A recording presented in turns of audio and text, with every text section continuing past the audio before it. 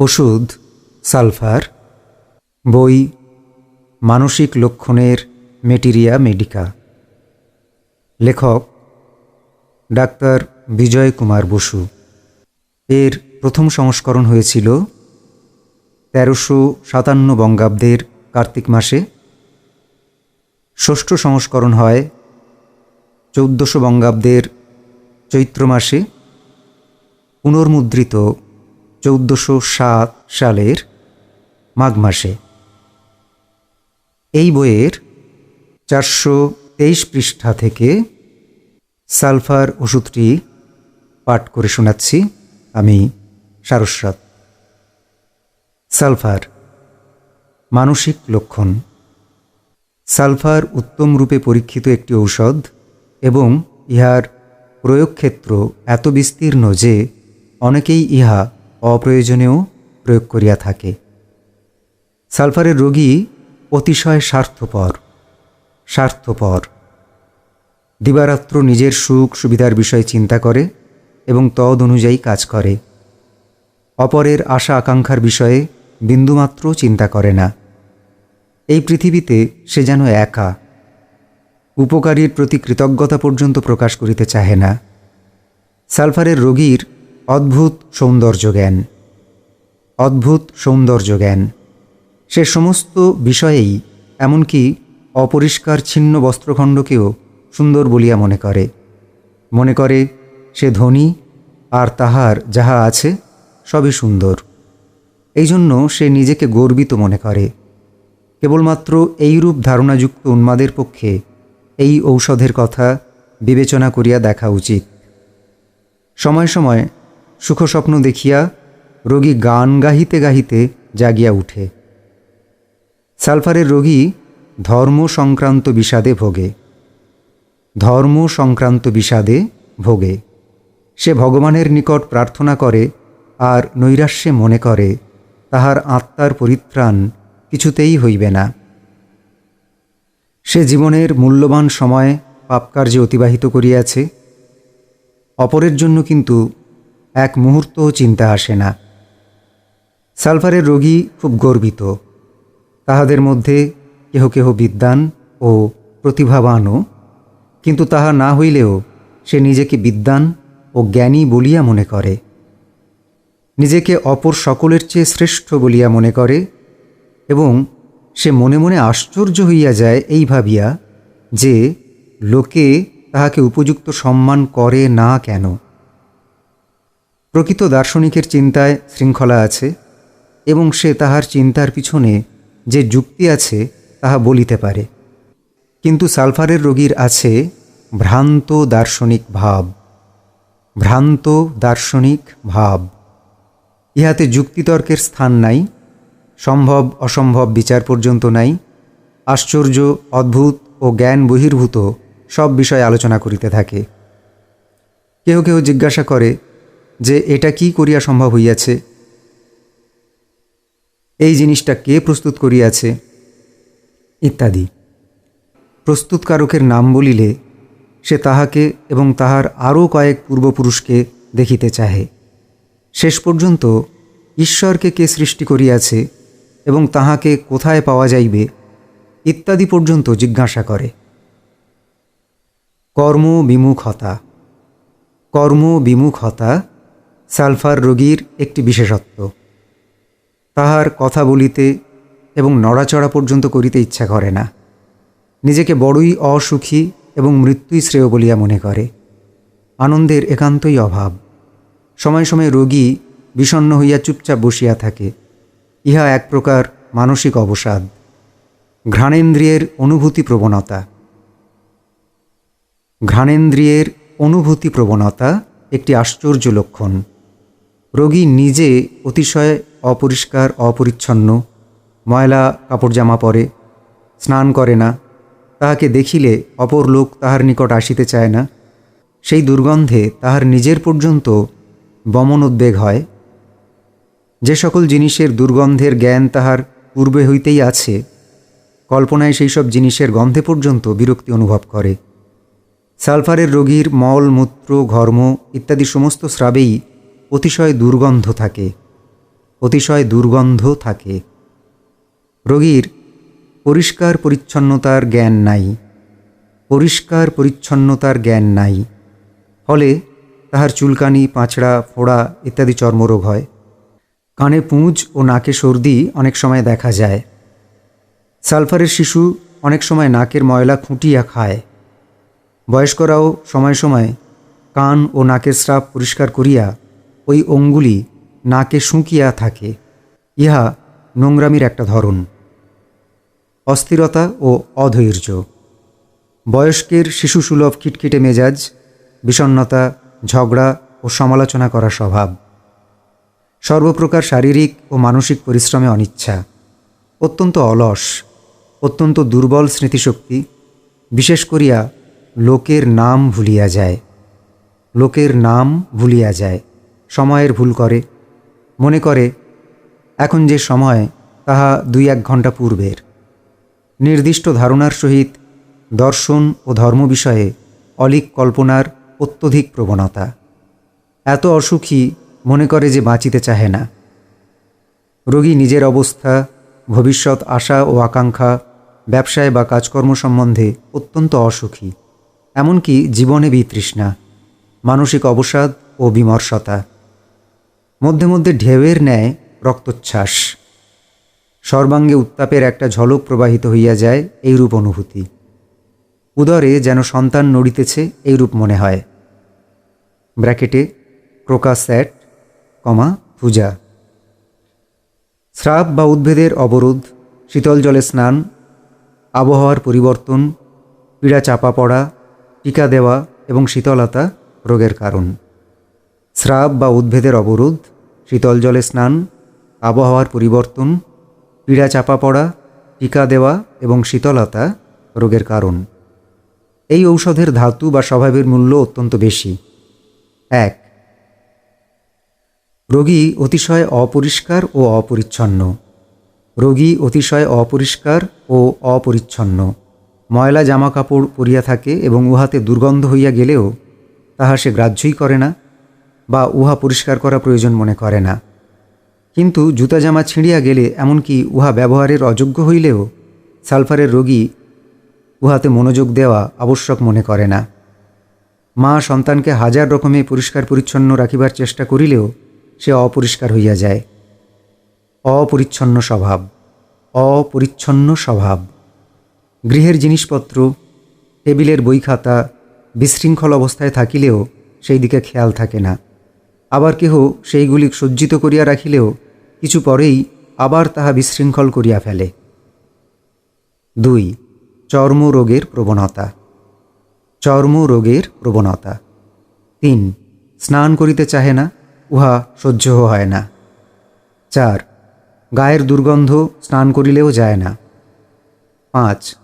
কখনো সোজা হইয়া দাঁড়াইতে পারে না। কখনো সোজা হইয়া দাঁড়াইতে পারে না। দণ্ডায়মান হওয়া তাহার পক্ষে অসহ্য। মেরুদণ্ডের দুর্বলতার জন্য কোলকুঁজা হইয়া চলিতে বাধ্য হয়। 6. উপযুক্ত ঔষধেও প্রতিক্রিয়া হয় না। 7. স্থানে স্থানে শিরা, যকৃৎ ইত্যাদি রক্ত সঞ্চয় হয়। স্থানে স্থানে রক্ত সঞ্চয় হয়। 8. স্নায়বীয় রক্তপ্রধান ধাতু। 9. পুনঃ পুনঃ রোগের প্রকাশ।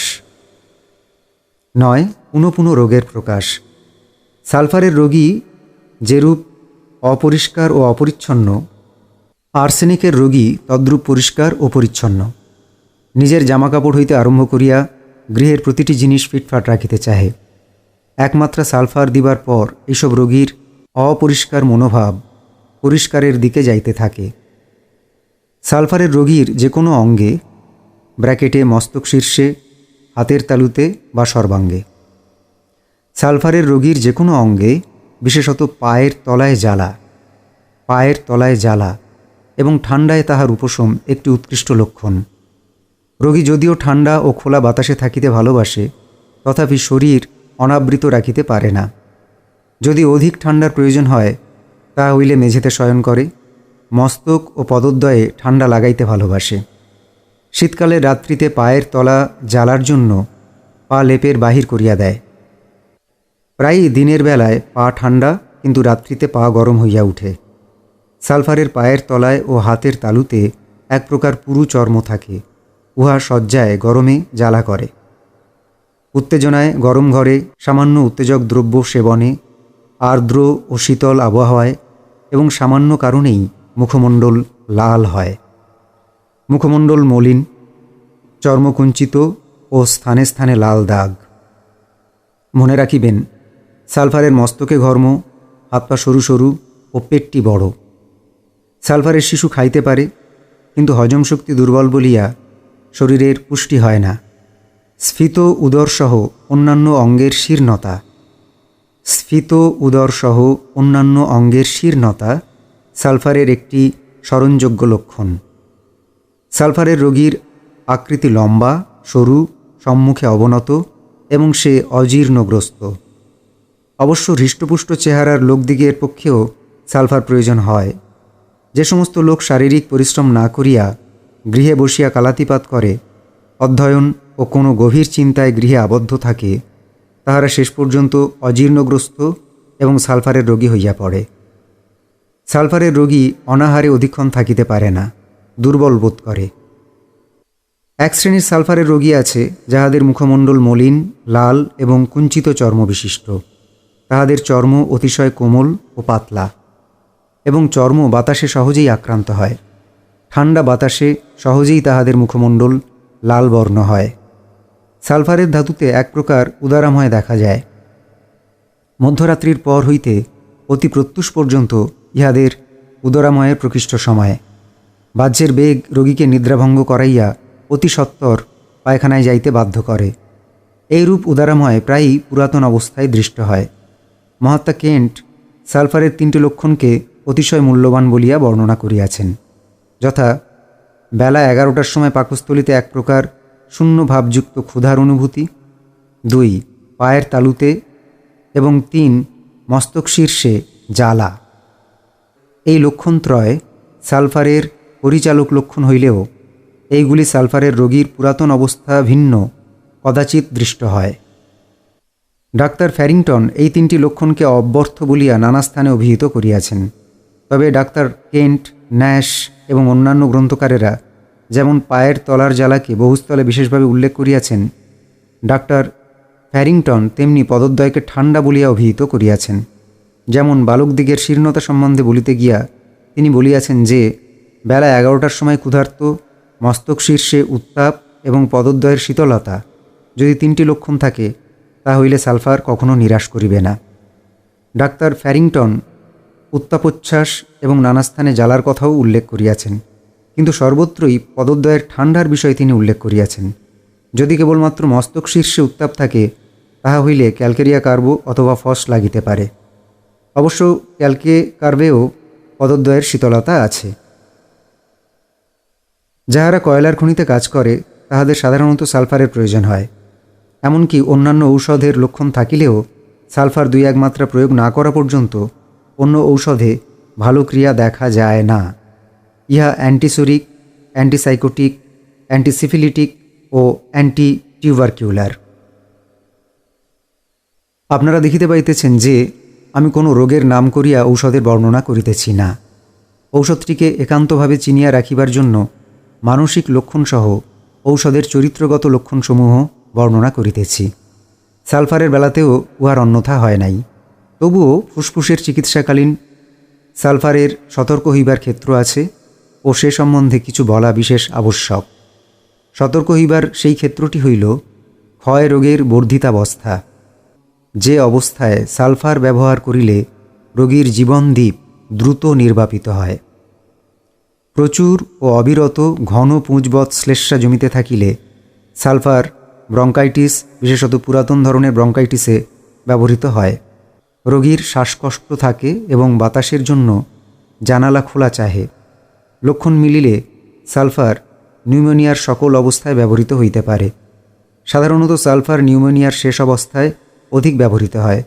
অন্য কোনো চিকিৎসকের নিকট হইতে কোনো নিউমোনিয়ার রোগী আসিলে যদি দেখেন যে নিউমোনিয়ায় আক্রান্ত হইবার পর হইতে রোগীর শরীর কিছুতেই সুস্থ হইতেছে না, সর্বাঙ্গে ঘর্ম, কষ্টদায়ক শ্বাস প্রশ্বাস, মধ্যে মধ্যে উত্তাপের ঝলক, বুক অত্যন্ত ভারী থাকার অনুভূতি জ্বর বোধ বা সামান্য জ্বর আছে, ফুসফুসের স্থান বিশেষ যকৃতের ন্যায় কঠিনতা বা নিরেট অবস্থা প্রাপ্ত হইয়াছে, তবে লক্ষণ অনুযায়ী লাইকোপোডিয়াম, ফসফরাস, সালফার ইত্যাদি ঔষধের প্রয়োজন হয়।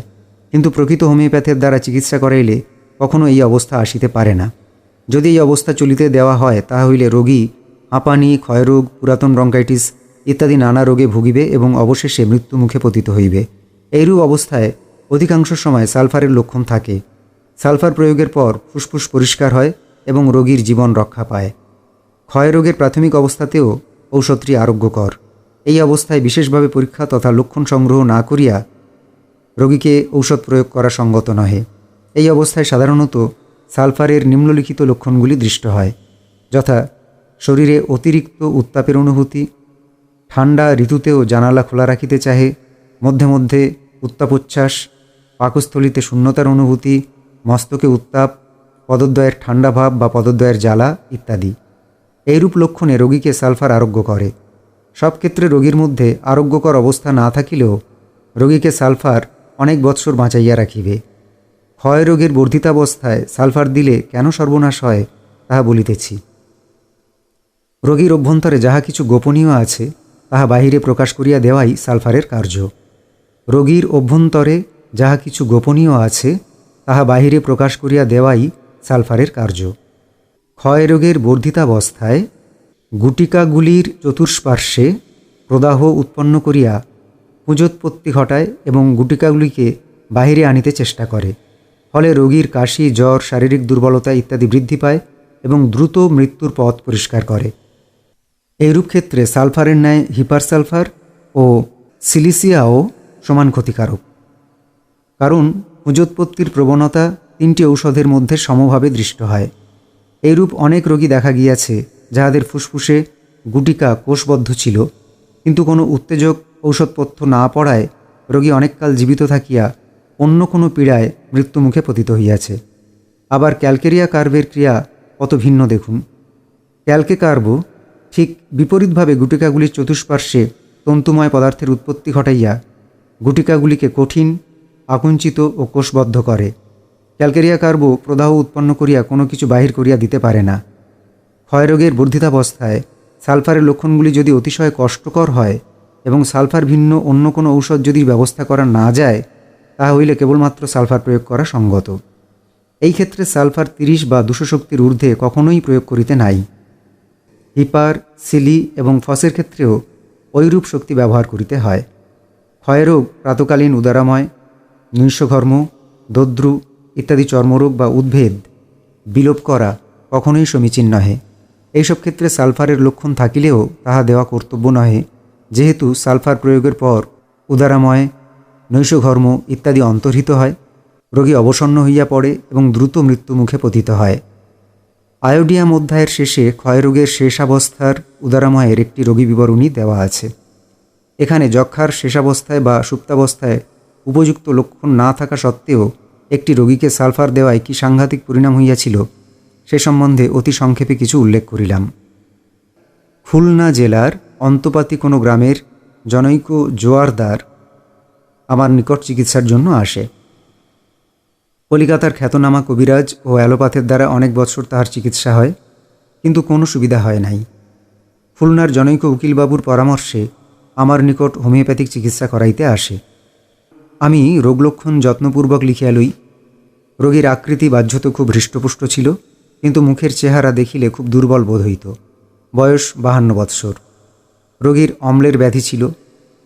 ইহা ব্যতীত টক বমি, পেট ফাঁপা, অম্ল উদ্গার, বৈকালের দিকে জ্বর ইত্যাদি যাবতীয় ব্যাধির বৃদ্ধি, সর্বদা মুখের আস্বাদ টক, অল্প আহারের পর পেট ভরিয়া যাওয়া বোধ, অরুচি, সর্বদা কাশি, বিশেষত সমস্ত রাত্রি, বামবক্ষে বেদনা এবং ওই দিককার ফুসফুসের ঊর্ধ্বাংশে শ্লেষ্মা, বৈকালের দিকে মাথা ও হাত পা চোখ জ্বালার অনুভূতি, নিরানন্দ ও দুঃখিত ভাব, স্নানে অনিচ্ছা, মেজাজ খিটখিটে ইত্যাদি লক্ষণ ছিল।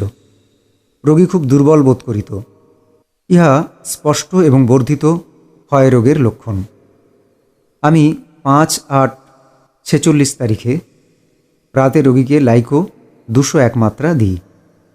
জ্বর ভিন্ন অন্যান্য লক্ষণ বিশেষত অম্ল উদ্গার, টক বমি, বায়ু জমা, ইত্যাদি অনেক পরিমাণে হ্রাসপ্রাপ্ত হয়।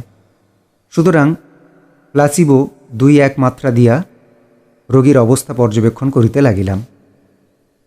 রোগী সম্পন্ন গৃহস্থ, সুতরাং এত অল্প ব্যয়ে চিকিৎসা করানো তাহার মনোপুত হইল না। সে শহরের আর একজন খ্যাতনামা হোমিওপ্যাথের সহিত পরামর্শ করিয়া আমাকেই চিকিৎসা করিতে অনুরোধ করিল। ওই ডাক্তারবাবু বলেন যে ঔষধের ব্যবস্থা সঠিক হইয়াছে, তবে তিনি একটু বিশেষ বিবেচনা করিয়া ঔষধের ব্যবস্থা রোগীর নিকট দিয়া দিবেন এবং আমাকেও সংবাদ দেওয়া হইবে। দুঃখের বিষয়, ওই ডাক্তারবাবুর হাতেই রোগী থাকিল এবং বলিতে লজ্জা হয় যে সন্ধ্যার সময় ঠিক ব্যাধির বৃদ্ধির মুখে সালফারের মতো একটি গভীর ক্রিয়াশীল অ্যান্টিসেরিক ঔষধের 1000 শক্তি ফোঁটা মাত্রায় রোগীর জিহ্বায় দেওয়া হয়। ইহার ফল কি হইল তাহা আপনারা অনুমান করিতে পারেন। সেই রাত্রিতেই রোগীর জ্বর ও কাশি খুব বৃদ্ধি পাইল এবং সে অত্যন্ত দুর্বল ও অবসন্ন বোধ করিতে থাকে। রোগী ডাক্তারখানা পর্যন্ত আসিতে না পারায় ডাক্তারবাবুকে রোগীর বাসায় যাইতে হয়। বিশেষ যত্ন সহকারে প্রায় নিত্যই রোগীকে পরীক্ষা করিয়া ঔষধ দিতে লাগিলেন। কিন্তু হায়, বেশি অর্থ ব্যয় করিয়াও রোগ মুক্তি ঘটিল না। 1 মাসের মধ্যেই রোগীর সকল কষ্টের শান্তি হইল। পরে ডাক্তারবাবুর নিকট জিজ্ঞাসায় অবগত হই যে লাইকোতে যখন জ্বর বন্ধ হয় নাই, তখন লাইকোর পর সালফার দেওয়াই তিনি সঙ্গত মনে করেন, বিশেষত যখন জ্বালা ছিল। ডাক্তারবাবু 1000-এর নিচে কোনো ঔষধ বড় একটা ব্যবস্থা করেন না এবং অনেক সময় প্রথম ব্যবস্থাতেই 1 বা 10 লক্ষ শক্তি ব্যবস্থা করেন, কারণ হোমিওপ্যাথিক ঔষধ ঠিকমতো লাগিয়া গেলে 1 মাত্রাতেই আরোগ্য হইতে পারে। ইহার উপর মন্তব্য করা বৃথা। পুনরায় পূর্ব আলোচনায় ফিরিয়া আসি। ইচ্ছা ও অনিচ্ছা। অতিশয় তৃষ্ণার্ত, সর্বদাই অধিক পরিমাণে জল পান করিতে চাহে। অতিশয় ক্ষুধা, কিন্তু আহার করিতে বসিলে বেশি খাইতে পারে না। বেলা 11টার সময় পাকস্থলিতে শূন্যতার অনুভূতি সালফারের প্রবল লক্ষণ। বেলা 11টার সময় পাকস্থলিতে শূন্যতার অনুভূতি সালফারের প্রবল লক্ষণ। 24 ঘন্টার মধ্যে ওই সময় এত ক্ষুধার্ত হয় যে কিছু আহার না করিয়া থাকিতে পারে না। আরেকটি অবস্থা হইল, যে সময়ে আহার করা অভ্যাস তাহার 1 ঘণ্টা পূর্বে অতিশয় ক্ষুধা। এই সমস্ত লক্ষণ বহুদিন ধরিয়া রোগভোগের পর প্রকাশ পায়। শীতল পানীয় পানে খারাপ এবং উত্তপ্ত পানীয়ে ভালো বোধ করে। মাঝামাঝি জলবায়ু পছন্দ, দুধ ও মাংসে অনিচ্ছা। উত্তেজক পানীয়ে আকাঙ্ক্ষা। লঘুখাদ্য ভিন্ন হজম করিতে পারে না। খাদ্যাদি গরম গরম খাইতে ভালোবাসে, ঠান্ডা হইলে খাইতে চাহে না।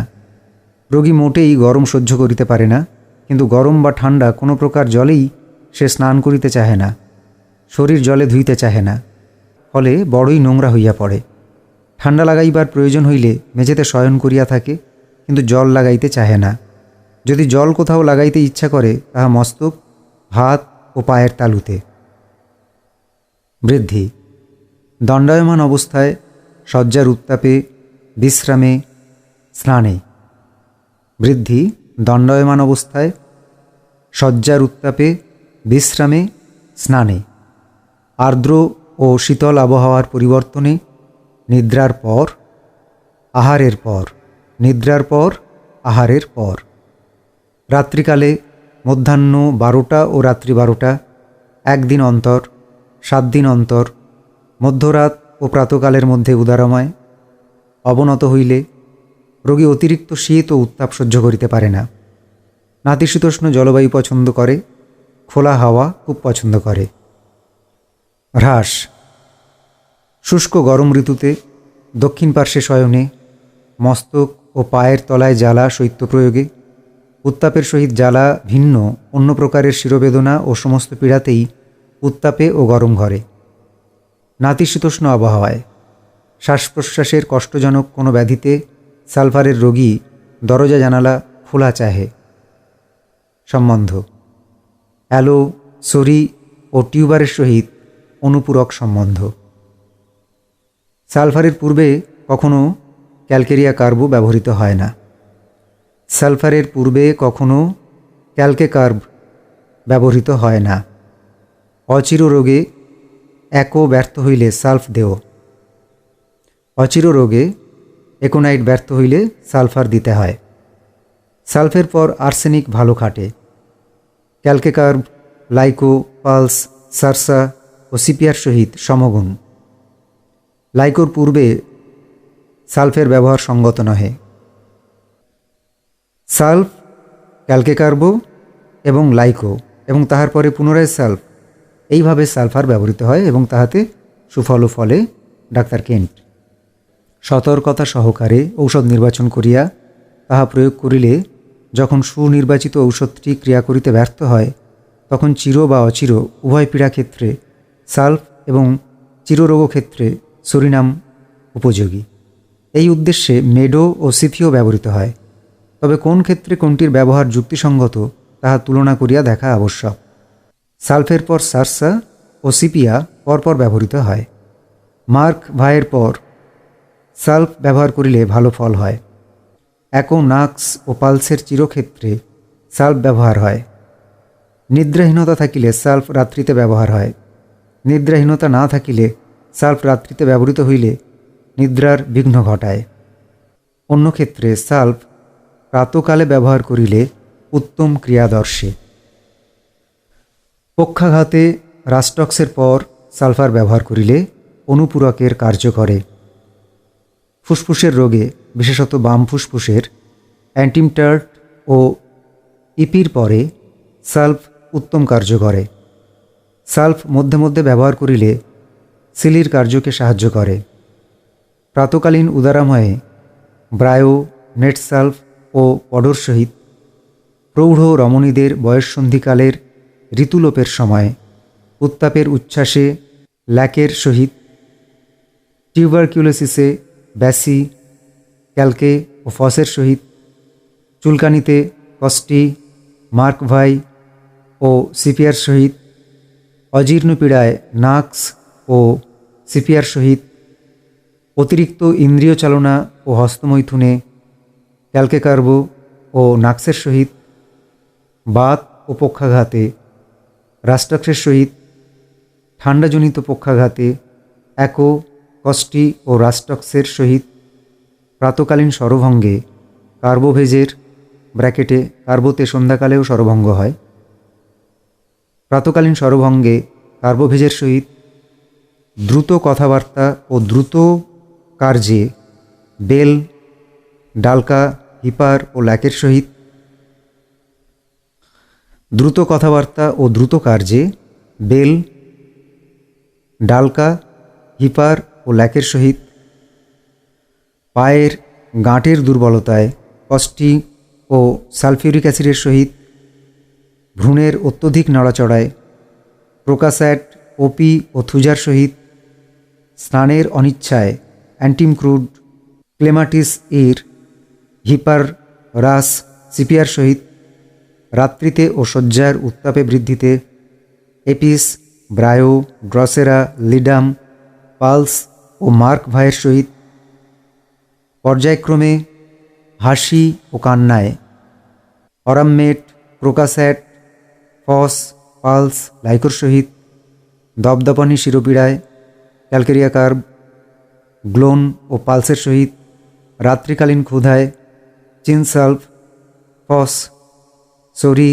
ইগনে, লাইকোর সহিত, গলায় চুল থাকিবার অনুভূতিতে কেলিবাই ও সিলির সহিত, বস্ত্রের চাপ অসহ্য বোধে ল্যাকের সহিত, কৃষ্ণবর্ণ মলে লেপ্টা ভার্জির সহিত, অংশ ফলকদ্বয়ের স্ক্যাপুলা, অংশ ফলকদ্বয়ের মধ্যবর্তী স্থানের জ্বালায় লাইকো, ফসের সহিত, লাল ওষ্ঠ ও চক্ষুপত্রের চতুর্দিকে লাল বর্ণে ব্যাসির সহিত, অস্থির, উত্তপ্ত ও রাত্রিতে আবরণ খুলিয়া দিলে স্যানির সহিত, পদদ্বয় ঠান্ডা স্থানে রাখিতে ইচ্ছায় স্যানির সহিত, টিকার কুফলে ম্যালেড্রি, থুজার সহিত, উদ্ভেদ ও স্রাব বন্ধে মেডোর সহিত এবং কথা বলিবার সময় বক্ষ দুর্বল বোধ করিলে ক্যালকেকার্বের সহিত সালফার তুলনীয়।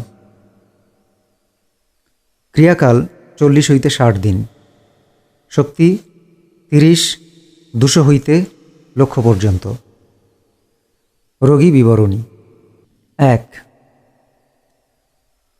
ফণী 20-22 বৎসরের যুবক, আমাদের বাড়িতে কাজ করে।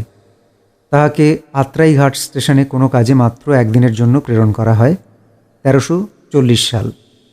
যাওয়ার পর 5-6 দিনের মধ্যেও তাহার কোনো সংবাদ না পাইয়া তাহার অনুসন্ধান করিয়া প্রায় 10-12 দিন পরে নাটোর হাসপাতাল হইতে তাহাকে আনা হয়। আত্রাই যাইয়া তাহার হঠাৎ কলেরা হয় এবং সেখানকার রেল কর্মচারীরা তাহাকে হাসপাতালে প্রেরণ করে। পথিমধ্যে তাহার নিউমোনিয়া হয়। হাসপাতালে অ্যালোপ্যাথিক চিকিৎসা হয়, সুতরাং ইঞ্জেকশন ইত্যাদি কিছুই বাদ যায় নাই।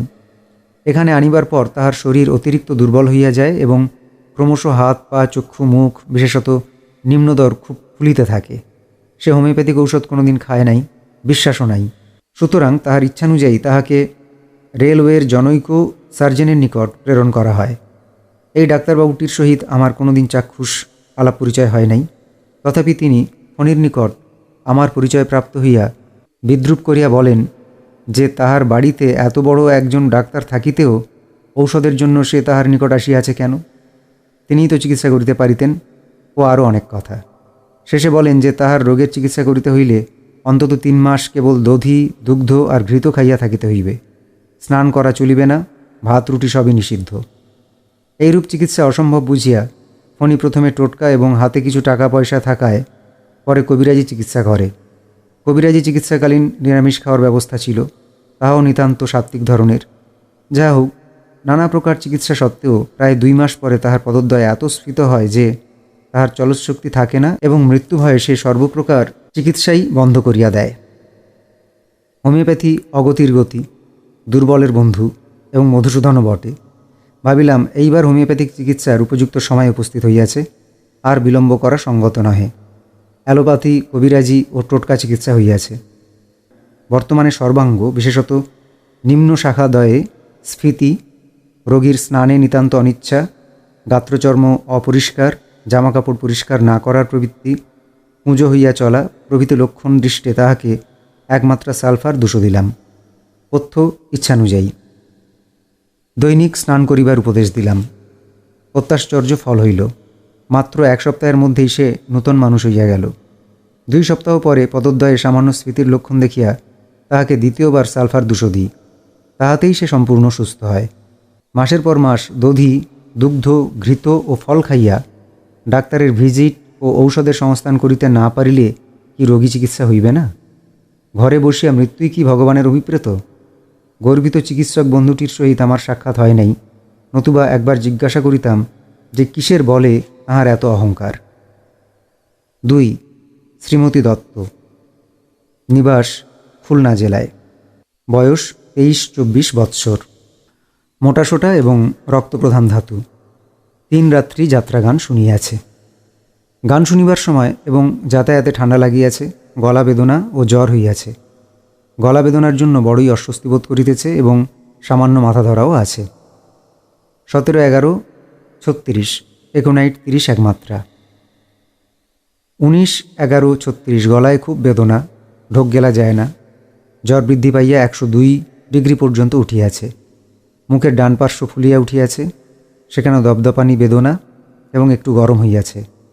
গলার বেদনার জন্য রোগিণী কাঁদিতেছে। বেলেডোনা 30 4 মাত্রা।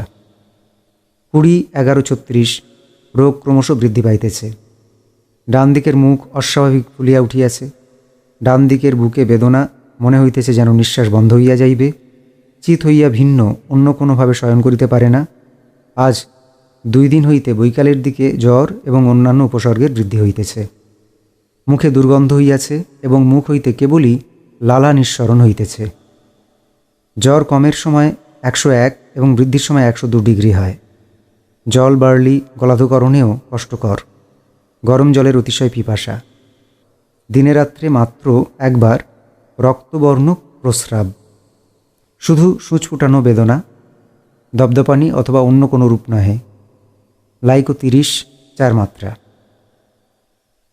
21-11-36 ফোলা আরও বৃদ্ধি পাইয়াছে। দক্ষিণ দিক হইতে বাম দিকের মুখে, উপর দিক হইতে নিম্ন দিকের বুকে, দক্ষিণ হইতে বাম দিকের বুকে ফোলা বিস্তৃত হইয়াছে। বুকের বেদনাই কষ্টকর। শুইয়া বসিয়া স্বস্তি নাই। বুকে হাত দেওয়া যায় না, যন্ত্রণায় চিৎকার করিয়া উঠে। স্ফীত স্থান লাল নহে। আজ জ্বর কমের সময় 102 ডিগ্রি। রোগিণী বলিতেছে যে এইবার তাহার মৃত্যু হইবে। গলা প্রায় বন্ধ হইয়া গিয়াছে, জলও আর পান করিতে পারে না। অদম্য পিপাসার জন্য কেবল মুখে একটু জল লইয়া পুনরায় ফেলিয়া দিতেছে। কিসে যে একটু স্বস্তি হয় তাহা বলিতে পারে না। গরম জল মুখে ভালো লাগে। অন্য যে কোনো বিষয়, ঠান্ডা বা গরম, ভালো বা হ্রাসবৃদ্ধি, রোগিণী কিছুই বলিতে পারে না। তবে সন্ধ্যার পর হইতে যে বৃদ্ধি হয় ইহা স্পষ্ট বোঝা যায়। লাইকো 201 মাত্রা।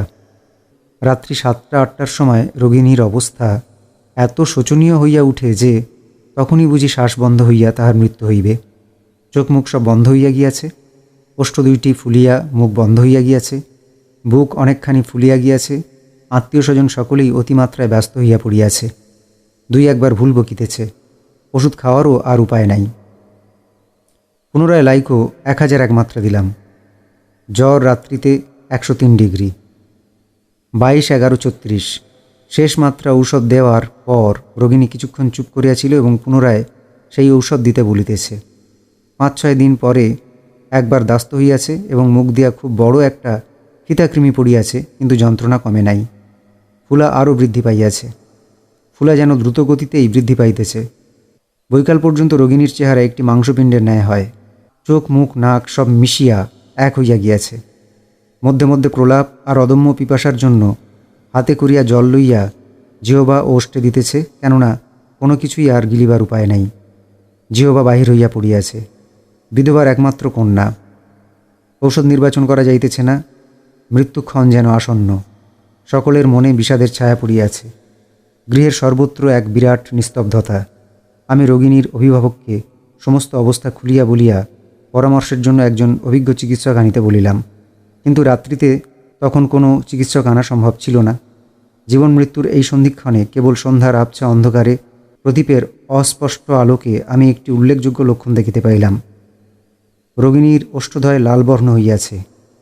ওষ্ঠে সামান্য জ্বালাও আছে। ঠান্ডা জলে স্পঞ্জ করিয়া দিতে বলিতেছে। 4-5 মাস পূর্বে একটি মৃত সন্তান হয়, সেই হইতে শরীর খারাপ। 2-3 দিন প্রভূত পরিমাণে রক্তস্রাব হইতেছে। রোগিণী অতিশয় বিরক্ত বোধ করিতেছে। মুখের ভাবভঙ্গিতে কিছু গ্রাহ্য না করিবার ভাব। জ্বর কমের সময় 103 ডিগ্রি। বহুকাল হইতে স্নানে অনিচ্ছা। সালফার 201 মাত্রা। 23-11-34। অদ্ভুত ফল হইল। ঔষধ সেবনের কিছু পর জিহ্বা মুখের ভিতরে গেল। রোগিণী শয়ন করিতে পারিল এবং কিছু পরে গভীর নিদ্রায় অভিভূত হইয়া পড়িল। জ্বর কমিতে কমিতে 98 ডিগ্রি হইল এবং ফোলা প্রায় অন্তর্হিত হইয়া গেল। রোগিণী ঘর হইতে বাহিরে আসিয়া বসিয়াছে। তাহার অবস্থা দেখিয়া সকলেরই আনন্দ হইল। রোগিণী সর্ববিষয়ে ভালো হইয়া গেলেও দিবারাত্র মৃদু প্রলাপ এমনকি উঠিয়া বসাইয়া দিলেও চলিতে থাকে। অন্নপথ্য দেওয়ার পরও মধ্যে মধ্যে নিদ্রিতাবস্থায় প্রলাপ বকিয়াছে। হায়োসায়ামাস 30, 4 মাত্রা। 2 দিন দিতেই সব ঠিক হইয়া যায়। এই সময় রোগিণীর মেজাজ অতিশয় খিটখিটে হইতে দেখা যায়। সামান্য কারণে বা একেবারে বিনা কারণে লোককে গালাগালি দেয়। বেশি ঔষধ না দেওয়ার জন্য আমাকেও 2 কথা শুনাইয়া দিল। ক্যামোমিলা 30, 2 দিনে 4 মাত্রা দেওয়ায় মেজাজ স্বাভাবিক হইয়া যায়। ইহার কয়েকদিন পর 28-11-36 তারিখে রোগিণী হাত পায়ের তালু জ্বালার কথা বলে। সালফার 201 মাত্রা দেওয়া হয়। দুর্বলতার জন্য চায়না 30, 2-1 মাত্রা 3 দিন দেওয়া হয়। ইহাতেই রোগিণী সম্পূর্ণ সুস্থ হয়। একমাত্র সালফারই যে এই রোগিণীর জীবন রক্ষা করিয়াছে তাহাতে কোনো সন্দেহ নাই। এরিসিপিলাস রোগের নামে আমাদের মেটেরিয়া মেডিকায় কোনো ঔষধ নাই। রোগী যদি সালফারের হয় তবেই সালফারের রোগীর এরিসিপিলাসও আরোগ্য হইবে। ডাক্তার কেন্টের এই উপদেশটি বারংবার মনে হইতে লাগিল। 3. আমার পাবনায় থাকাকালীন একবার মাগুরা গ্রামের ফয়েজউদ্দিন মৌলবীর বাড়িতে এক রোগী দেখিতে যাই। রোগীর জন্য বৈঠকখানায় বসিয়া থাকিবার সময় উঠানে ক্রীড়ারত বালক বালিকার মধ্যে একটি 7-8 বৎসরের বালিকার দিকে আমার দৃষ্টি আকৃষ্ট হইল। দেখিলাম মেটেরিয়া মেডিকায় সালফারের বর্ণিত মুখমণ্ডলের ন্যায় এই বালিকার মুখমণ্ডল ময়লাবৃত ও লাল এবং তার দেহ নানা প্রকার চর্মোদ্ভেদে আবৃত। উদ্ভেদগুলি লাল এবং সহজেই রক্তপাতশীল। চুলগুলি অবিন্যস্ত। বালিকাকে ডাকিয়া তাহার পিতাকে আমার সহিত সাক্ষাৎ করিতে বলিলাম। পিতা আসিলে সালফার 200 শক্তির একটি পুরিয়া দিয়া বলিলাম যে ঔষধের মূল্য লাগিবে না, তবে সপ্তাহের মধ্যে অবশ্য সংবাদ দিতে হইবে। আশ্চর্যের কথা, ওই এক পুরিয়াতেই বালিকা দ্রুত রোগমুক্ত হয়। তখন মহামতি কেন্ট কেন ওই 2টি শব্দের উপর গুরুত্ব আরোপ করিয়াছেন তাহা উপলব্ধি করিলাম। 4. চিকিৎসাক্ষেত্রে ব্যাপক লক্ষণের মূল্য সর্বাধিক, ইহা সকলেই অবগত আছেন। মানসিক লক্ষণ ও সার্বদৈহিক লক্ষণ ব্যাপক বিভাগের অন্তর্গত হওয়ায় নির্বাচন ক্ষেত্রে ইহার গুরুত্ব অধিক। রোগী আপন ব্যক্তিত্ব সম্বন্ধে যাহা কিছু বলে এবং যাহা বলিতে গিয়া সে আমি শব্দ ব্যবহার করে, তাহাই ব্যাপক। এই জন্য রোগীর চিকিৎসা করো, রোগের নহে। বাক্যটির মর্মার্থ আমরা বুঝিতে পারি। ব্যাপক লক্ষণকে উপেক্ষা করিয়া আঙ্গিক লক্ষণ বা স্থানীয় লক্ষণের উপর নির্ভর করিলে অধিকাংশ সময় ব্যর্থ হইতে হয়। অবশ্য আঙ্গিক লক্ষণের ভিতরও বিশেষত্বসূচক লক্ষণ আছে এবং নির্বাচন ক্ষেত্রে তাহার মূল্যও বিবেচ্য, কিন্তু কোনো ক্ষেত্রেই ব্যাপক লক্ষণের বিশেষত্বকে উপেক্ষা করিয়া নহে। নিম্নে প্রদত্ত রোগী বিবরণী হইতে বিষয়টি স্পষ্ট উপলব্ধি হইবে। রোগীর বয়স 50 বৎসরের ঊর্ধ্বে, পাতলা চেহারা, নিবাস দক্ষিণ কলিকাতায়। 1958 সালের ফেব্রুয়ারি মাসে সর্দি, কাশি ও জ্বরে শয্যাগত হইয়া পড়ে। জ্বর 100 ডিগ্রির উপরে নহে, চোখ মুখে জ্বালা, কিন্তু বাতাসে শীতের অনুভূতি, অত্যন্ত কাশি। প্রাতকালে সহজেই স্বাদবিহীন সবুজাভ হরিদ্রাবর্ণের কফ ওঠে, কিন্তু সন্ধ্যা হইতে আর উঠে না। মেজাজ ঠান্ডা বলা চলে। বাল্যকাল হইতেই তৃষ্ণাহীন। পালসেটিলা 201 মাত্রা। জ্বর ও কাশি বন্ধ হইল এবং রোগী সুস্থ হইল। 2 সপ্তাহ পরে হঠাৎ অত্যন্ত কষ্টকর কাশি আরম্ভ হইল। এইবার নিম্নলিখিত লক্ষণ সংগ্রহ করিলাম। গলা সুরসুর করিয়া কাশি, ঠান্ডা বাতাসে বৃদ্ধি, ঋতু পরিবর্তনের সময় কাশি সৃষ্টি, কাশি সন্ধ্যায় ও কথা বলায় বৃদ্ধি, স্বরভঙ্গ সন্ধ্যায় ও কথা বলায় বৃদ্ধি, হরিদ্রাবর্ণের ঘন কফ উঠে। ঔষধ নির্বাচনের জন্য ডাক্তার কেন্টের রেপার্টরির সাহায্য গ্রহণ করিলাম। অপ্রয়োজনীয় ঔষধগুলির নাম বাদ দেওয়া হইয়াছে। কাশি, গলা সুরসুর করিয়া কস্টিকাম রুমেক্স, ঠান্ডা বাতাসে বৃদ্ধি কস্টি ফস রুমেক্স, ঋতু পরিবর্তনের সময় ফস রুমেক্স, সন্ধ্যায় বৃদ্ধি কার্বোভেজ কস্টি ফস পালস রুমেক্স, কথা বলায় বৃদ্ধি কার্বোভেজ কস্টি ফস রুমেক্স টিউবার, স্বরভঙ্গ সন্ধ্যায় বৃদ্ধি কার্বোভেজ কস্টি ফস রুমেক্স সালভ, কথা বলায় বৃদ্ধি কার্বোভেজ কস্টি ফস, গয়ের হরিদ্রাবর্ণের কার্বোভেজ ফস পালস সালভ টিউবার, ঘন কস্টি পালস টিউবার। গলা সুর সুর করিয়া কাশি অতিশয় কষ্টকর হওয়ায় এবং উহা কথা বলায় ঠান্ডা বাতাসে ও সন্ধ্যায় বৃদ্ধি হওয়ায় রুমেক্স 30 2 মাত্রা ও পরে 201 মাত্রা দেওয়া হয়। উহাতে সাময়িক উপশম হয়, কিন্তু স্থায়ী হয় না। কস্টিকাম 201 মাত্রা ও ফস 201 মাত্রা ব্যর্থ হয়। কার্বোভেজ 201 মাত্রায় সামান্য উপশম হয়।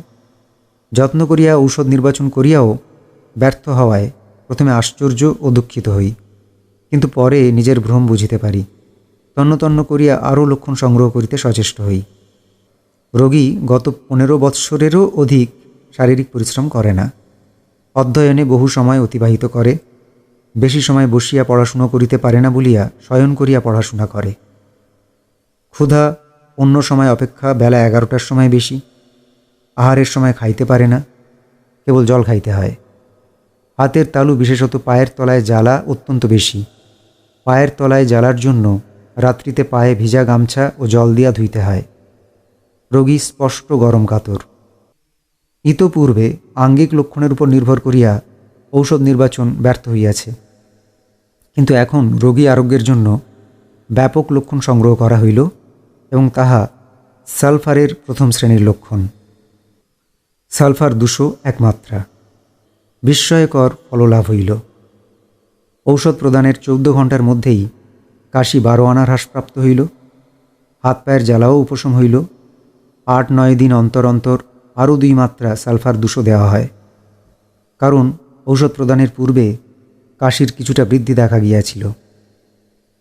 হ্যানিম্যান বলিয়াছেন, উপযুক্ত লক্ষণ সংগ্রহ করিতে পারিলে রোগীর অর্ধেক আরোগ্যক্রিয়া সমাধা হয়। ইহা অতি সত্য কথা।